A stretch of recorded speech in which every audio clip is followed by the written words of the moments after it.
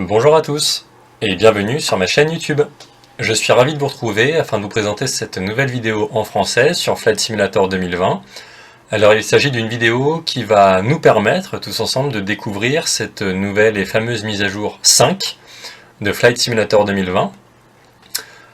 Et vous allez voir qu'elle vaut vraiment le détour.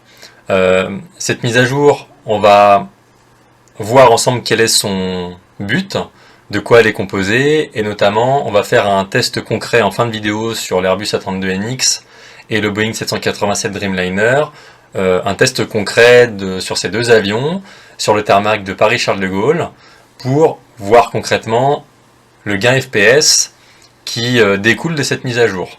Alors cette mise à jour elle est sortie le 27 juillet 2021 et comme vous le savez elle était très attendue. D'une part pour les utilisateurs Xbox qui peuvent à présent profiter du simulateur, et d'autre part pour les utilisateurs PC qui ont vraiment un gain de la fréquence d'image de manière générale et un gain FPS hyper conséquent. Là, l'idée c'est de voir tout ça ensemble, et je tenais vraiment à partager tout ça avec vous. Je tiens à mon temps à vous remercier pour tous vos retours positifs que j'ai pu recevoir sur mes vidéos et ma chaîne, sur vos commentaires, vos likes, et sur les questions que vous avez pu me poser, et j'ai été ravi de pouvoir vous apporter des éléments de réponse, et je suis toujours ravi de pouvoir vous aider. Merci encore à tous, et bienvenue sur ma chaîne. Alors, comme je vous le disais, cette mise à jour, elle vaut le détour, elle est vraiment hyper intéressante. J'ai pu faire quelques essais avant de pouvoir enregistrer cette vidéo, mais ça me permet de voir avec vous et de vous montrer concrètement comment ça se déroule. D'une part, on va voir qu'il y a eu quelques changements dans le menu principal, et on va voir ensemble l'affichage FPS, notamment combien d'FPS je peux afficher avec ma config actuelle, en sachant que la config de mon PC figure sur la description, dans la description de la vidéo YouTube. Voilà. Alors, cette mise à jour, elle est en fait c'est pas vraiment le fruit d'une implémentation de l'outil DirectX 12. Pour rappel, DirectX 12 c'est un outil qui permet d'avoir un rendu graphique hyper beau, hyper joli sur des jeux Windows. Là en l'occurrence, les développeurs ont vraiment effectué une refonte hyper importante du moteur du jeu, du moteur du simu, d'où en fait ce gain de performance et cette optimisation hyper attendue. Voilà. Là au niveau du menu, vous voyez qu'on a quand même des modifications, d'une part pour des événements phares et des vols découvertes, par destination, avec des avions qui sont attitrés en fonction des endroits où vous souhaitez voler. Ça c'est l'idéal pour voir les destinations de plus près, en VFR, et puis d'avoir un rendu sublime des objets et du terrain. Également au niveau du menu carte du monde, ça on y viendra après parce que c'est ce qu'on va effectuer. Au niveau du menu de manière générale, on a toujours la formation en vol qui est disponible. On a des défis, des tests d'atterrissage par vent fort, etc. En tout cas des parties qui sont disponibles. Et nous avons, ce qu'il est utile de voir, l'onglet boutique. Et là, quand je suis allé dessus pour la première fois, j'étais sur l'onglet payant, mais vous avez, donc ça c'est le catalogue global, mais vous avez l'onglet gratuit ici, qui vous permet d'avoir soit le catalogue complet, soit des outils gratuits, et notamment la faisabilité d'une mise à jour sur Flight Simulator 2020 par rapport au pays nordique, qui est gratuite et qui peut être effectuée et qui est bien notée. Voilà. Et également, donc la bonne petite surprise, c'est en fait sur le catalogue gratuit, le McDonnell Douglas qui est téléchargeable sur le simu. Et voilà. Donc ça c'était pour les options. Moi, comme vous le savez, là c'est vraiment l'affichage FPS qui va être important, même si de manière générale je ne l'affiche pas. Mais pour vous donner juste l'information utile, avec NVIDIA GeForce Experience, dans le menu ici, interface superposée du jeu, paramètres, disposition de l'affichage tête haute, performance. Vous voyez que, alors peut-être que là en vidéo vous ne le voyez pas parce que je suis en train d'enregistrer la vidéo, mais j'ai bien un affichage des FPS qui se fait en cliquant sur Images, dans le coin inférieur gauche, bon, ça peut être dans les autres coins de l'écran, mais moi dans le coin inférieur gauche ici, j'ai un affichage FPS qui apparaît, je suis à 59 FPS. Je ne sais pas si vous le voyez lors de l'enregistrement de la vidéo, donc ce que je vais faire, c'est que je vais quand même afficher les FPS via l'onglet développeur, les options développeur. Tant qu'on y est, au niveau des options générales, moi vous voyez, je suis vraiment sur un rendu plus amélioré qu'auparavant. C'est vrai que j'avais pu proposer une vidéo il y a quelques mois sur un gain des performances FPS sur le Simu, mais je n'étais pas vraiment sur ces options-là, sur ces options élevées comme celle-ci. Là, c'est vrai que je suis sur Ultra pour la plupart des options, pour la plupart du rendu terrain, bâtiment, végétation et nuages volumétriques. Et sur les options de lumière, à part quelques améliorations que j'ai apportées, ou en tout cas que j'ai modifiées, je suis vraiment sur du rendu haut, vraiment sur de la qualité haute pour les lumières. Je suis resté comme ça, voilà, pour vraiment voir ce que ça représente, mais je suis vraiment passé en ultra sur la première partie du tableau, hein. Voilà, ça permet d'avoir un regard là-dessus sur mes options, et puis en fonction de la config que j'ai, qui est en description de la vidéo YouTube. Comme je vous le disais, on va activer les options performance du développeur, et on a l'affichage FPS qui est dans le coin supérieur droit. Voilà. Alors, comme je vous le disais, donc là j'applique et j'enregistre, voilà pour les options développeur, l'affichage développeur. Ce qui va être intéressant de voir, c'est le test concret, notamment de l'Airbus A32NX et puis du Boeing 787 Dreamliner sur le tarmac de Paris Charles de Gaulle. Alors, on va tester dans un premier temps, donc vous voyez que là, au niveau de la sélection de l'avion, quand je vais dans la sélection, il y a un petit changement. On voit qu'ici, en haut à droite, il y a tous. Donc il y a un onglet par type d'avion. On va aller sur avion de ligne. On va aller tout en bas sur A32NX. C'est bien Fly-by-Wire Simulations. Avec la livrée. On va prendre la livrée Air France parce qu'on est sur le tarmac de Paris-Charles de Gaulle. Et Paris-Charles de Gaulle, comme je vous le disais, c'est un aéroport qui demande beaucoup de ressources. Et c'est pourquoi je voulais tester... je voulais faire un essai sur cet aéroport, sur la piste 9 droite. Voilà, eh bien allons-y, juste une petite indication au niveau de, ici dans les conditions de vol en haut à droite. Je suis bien en météo en temps réel, comme d'habitude, mais il est préconisé de quand même limiter le trafic en temps réel. Moi j'étais sur trafic en temps réel de manière générale, mais là je suis passé sur désactiver pour maximiser au mieux les performances et l'affichage du Simu. Voilà.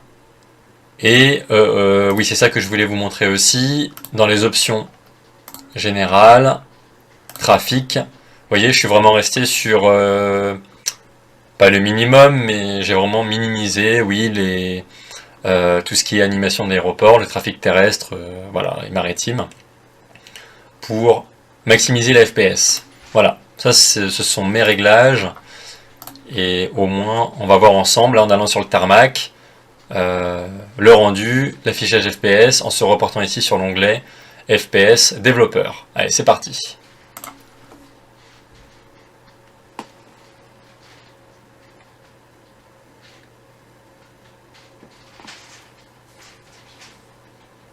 Alors les FPS varient lors du chargement, ce qui est normal. Le Simu charge. Et vous allez voir que c'est hyper intéressant et bien amélioré.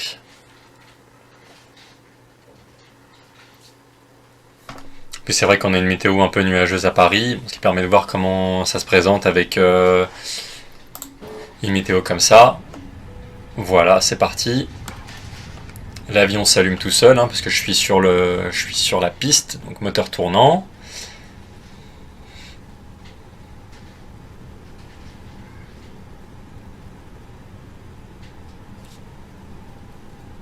Voilà, l'avion est allumé, il est prêt.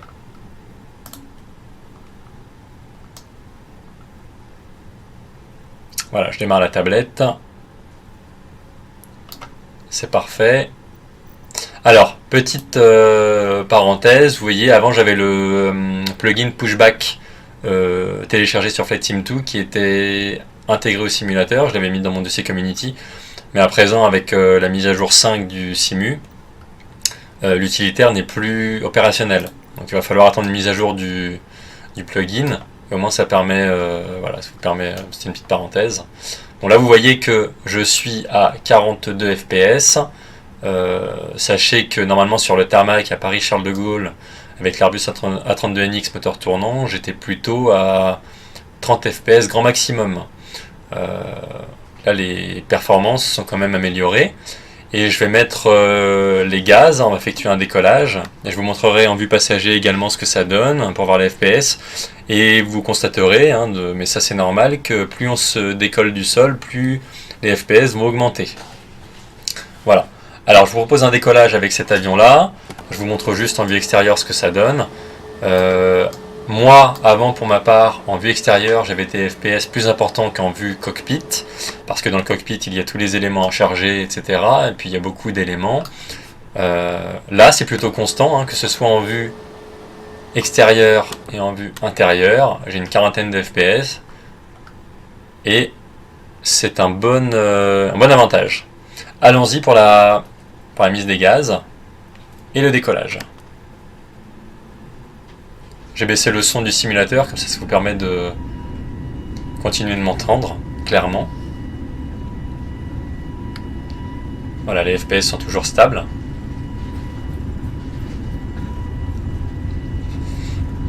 Alors bien entendu, sur des airliners, les FPS sont toujours plus impactés que sur des avions légers pour du VFR. Mais là, au moins, c'est une bonne surprise sur l'Airbus. Allez, on décolle. Super. Je rentre les roues. Vous voyez que les FPS sont toujours constants.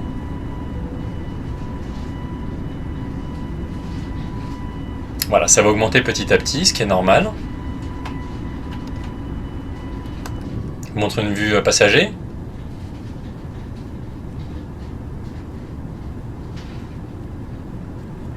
De chaque côté.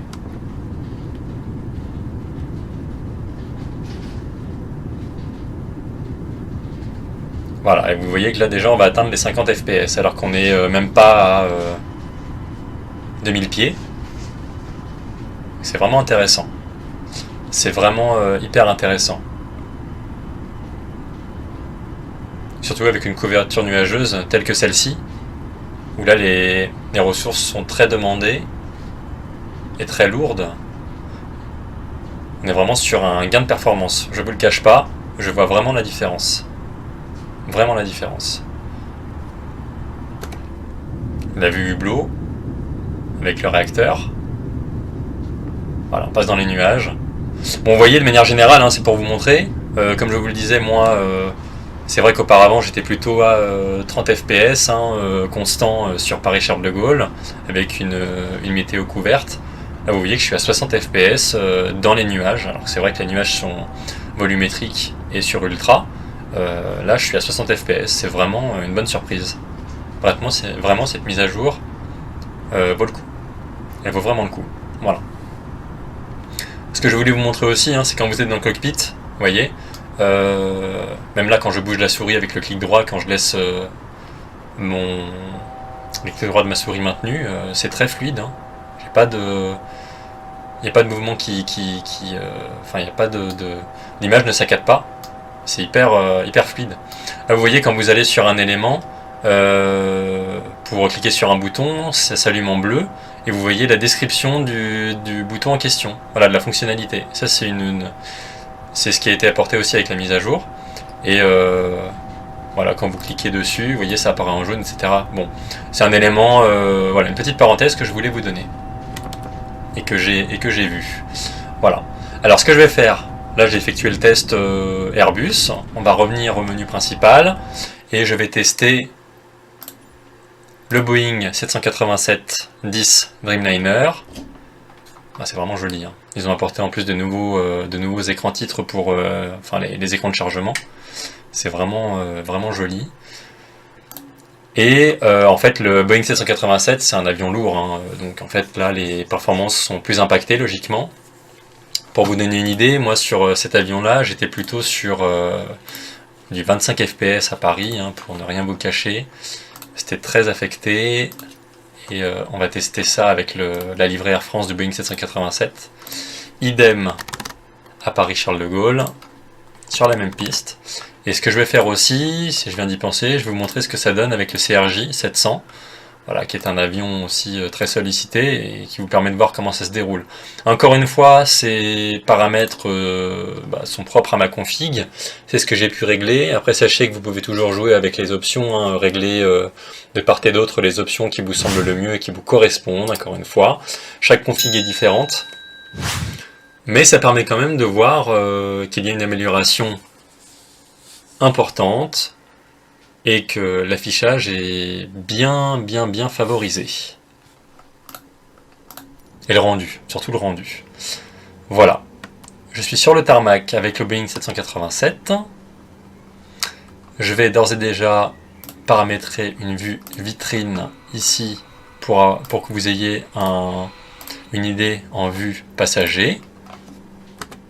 Voilà. Ça c'est prêt. Vous voyez qu'on a 5 fps sur le tarmac avec le Boeing 787, 25 fps avant la mise à jour, c'est vraiment le jour et la nuit, je ne le vous cache pas, c'est le jour et la nuit. Et bien sans plus tarder, allons-y pour un test décollage avec cet avion, sur la piste 9 droite de Paris-Charles de Gaulle.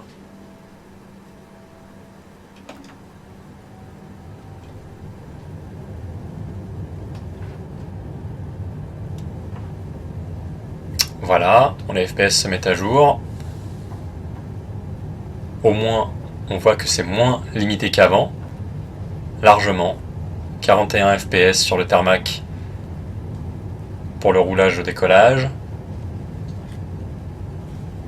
C'est beaucoup plus fluide qu'avant. Et vous allez voir en montée, même en vue extérieure, ce que ça donne.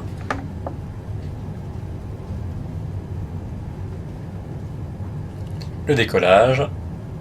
Je rentre les roues.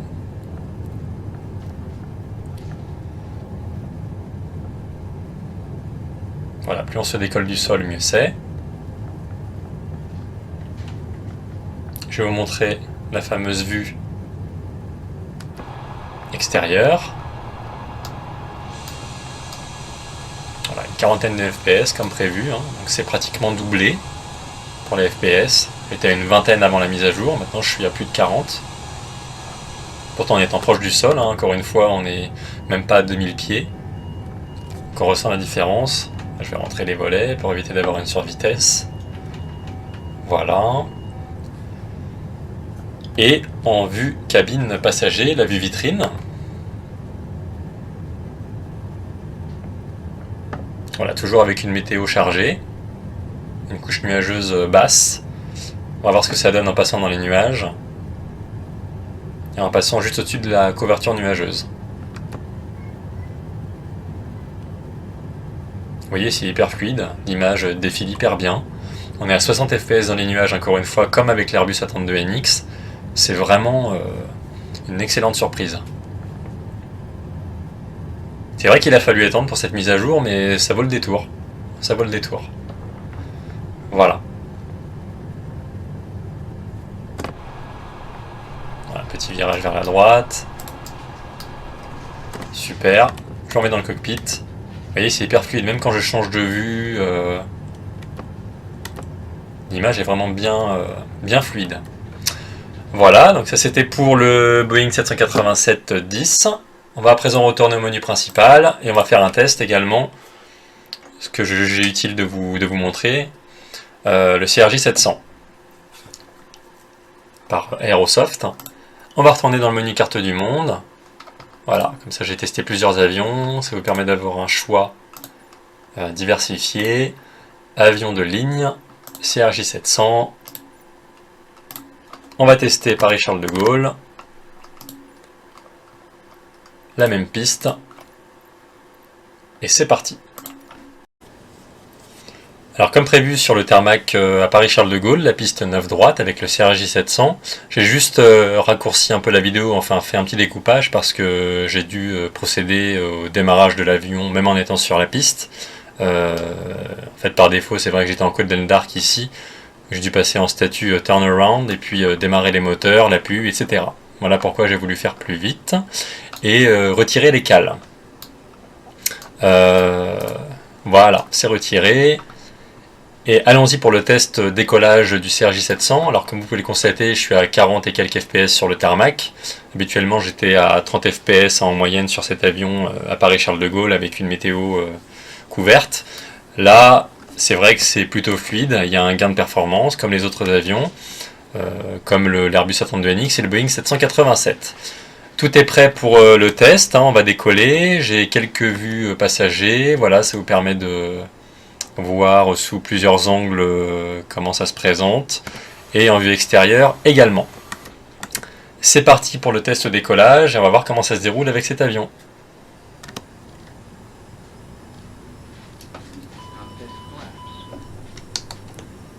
Voilà, je mets les volets, vraiment pour aller vite et vous montrer.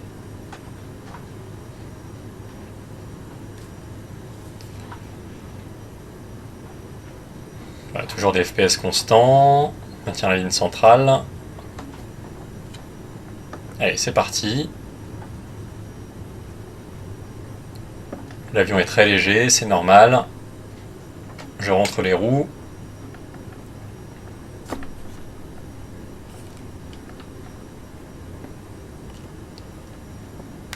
Voilà, on s'élève petit à petit. Vous voyez que l'FPS augmente, ce qui est également normal. Je vais rentrer un peu les volets, j'abaisse un petit peu le nez. Une assiette à piquer, et vous allez voir que là, en vue passager, voilà ce que ça donne. Une quarantaine d'FPS, c'est toujours constant. On va attendre d'atteindre la couverture nuageuse pour voir ce que ça donne aussi. Voilà, on se rapproche.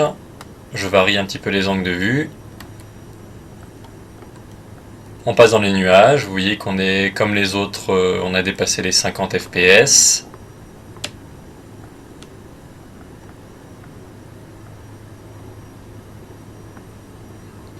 Voilà, forcément on est dans les nuages, donc ça bouge un petit peu.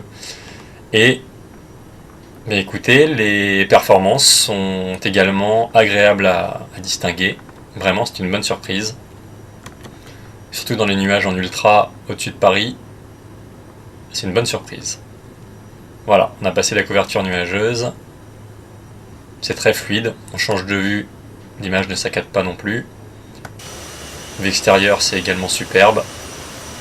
Bon voilà, vraiment il n'y a rien à dire, hein. C'était vraiment très attendu, il était temps, et vraiment c'est pas décevant, ça vaut le coup. Franchement ça vaut le coup. Voilà. Bon, j'espère que ça vous aura plu, ça vous permet de voir avec la 32NX, le 787 et le CRJ comment ça se déroule avec ma config. Je vous rappelle que chaque config est différente et que vous pouvez être amené à modifier certaines de vos options pour avoir un meilleur rendu et surtout de meilleurs FPS. En tout cas, vous avez ma config en description de vidéo YouTube et mes options en début de vidéo, comme ça vous permet d'adapter aussi et de comparer avec votre config. En tous les cas, j'espère que cette vidéo vous aura plu, j'espère que ça vous aura été utile. L'intérêt est encore une fois de pouvoir partager de l'info avec vous, de vous aider et puis de vous montrer comment ça se présente. En tout cas, j'étais ravi de pouvoir vous faire cette vidéo, de pouvoir vous aider et je vous proposerai bien entendu avec plaisir d'autres vidéos, d'autres tutos à l'avenir sur Flight Simulator 2020. Je vous invite également à consulter l'onglet communauté de ma page YouTube, là où je pose certaines questions, où je requiers certains sondages auprès de vous pour connaître votre ressenti et ça me permet également d'adapter mes prochaines vidéos. Eh bien, écoutez, je vous souhaite de bons vols sur Flight Simulator 2020. D'ici là, portez-vous bien, prenez soin de vous et à très bientôt tout le monde. Ciao!